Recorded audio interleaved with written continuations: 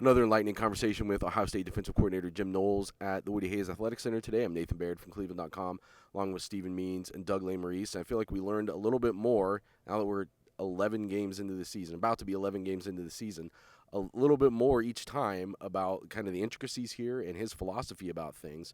So, Doug, the term escape hatch came up today.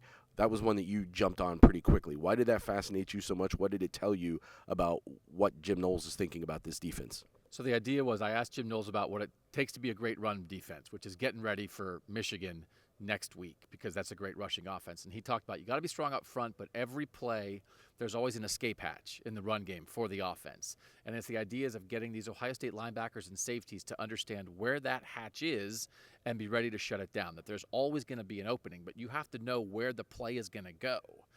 And that development of that Steele Chambers and Tommy Eichenberg and Lathan Ransom and Ronnie Hickman know where that is. Escape hatch to me is what the Michigan run game is about. Now, they will grind it out on you and get little chunks, but they also want to pop 20-yard runs on you. So Ohio State understanding that if they feel like they have linebackers and safeties who know where that hatch is going to be and they're going to meet Blake Corum there when he gets there, this is like a look ahead. Maryland can run the ball a little bit too, but like that idea, like that's the heart of the Michigan run game, and it's how Jim Knowles is thinking about that, and like they've been prepping these guys on the back end to make those tackles. It just was like, again, it was clarifying for me on how this very good defensive coordinator is going to go about it against the Wolverines.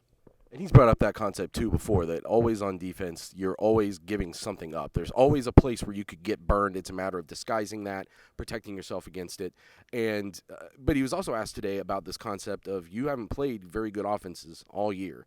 Like, you've played very few offenses that are good at all. How do you prepare? How are you confident that you've prepared? Is what you're talking about. It's like being, assignment sound, gap sound, and those sort of things for when the Michigan threat finally comes to Ohio Stadium. Stephen, Ty Hamilton was a huge topic of conversation today. It's back-to-back starts for him.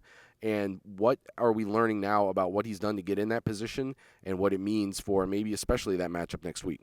Jim Knowles called him a cold-blooded gentleman, which if you've ever had a conversation with Ty Hamilton, the gentleman part checks out. And for the past 2 weeks, we're seeing the cold-blooded part check out. We still, you even asked about Mike Hall and hey, is that more of a pitch count thing or is Ty Hamilton just taking over that role? It's not quite that.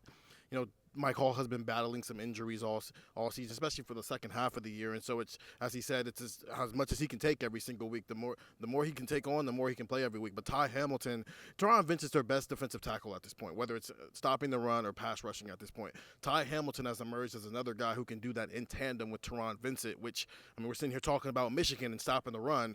That's probably more important than the pass rushing savant from the interior that Mike Hall is at this point. Even if you have both of them, Ty Hamilton has shown you that he's got the ability to stop the run, and that's going to be much more important 10 days from now when they're playing Michigan.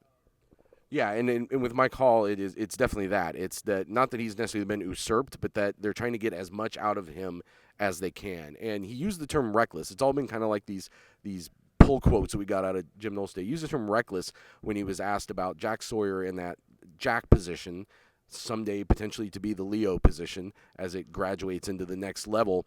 And the concept he was, as you're talking about today, was basically that you would have 10 guys who are doing their job, like, and following their assignments, and then that 11th guy, that Jack, who gets to do his thing. That it's almost a separate way of looking at football, a way of looking at defense.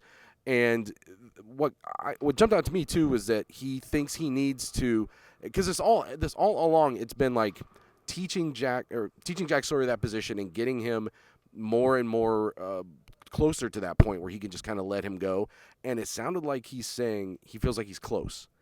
That he wonders if he's putting a little too much on him still, giving him too much to think about, and that he can maybe unburden him a little bit and just let him go be what that position is supposed to be. And I think we've all seen little flashes of Jack Sawyer physically and what he can do just as a football player, and the idea of just like letting him loose to roam a defense and attack an offense is an intriguing one. We'll see how much that comes into play here in the next couple weeks as well. A lot more discussion about this on Buckeye Talk. Get that wherever you can find podcasts, and get the text 614-350-3315. Daily news, intel, analysis, heading straight through the game next week.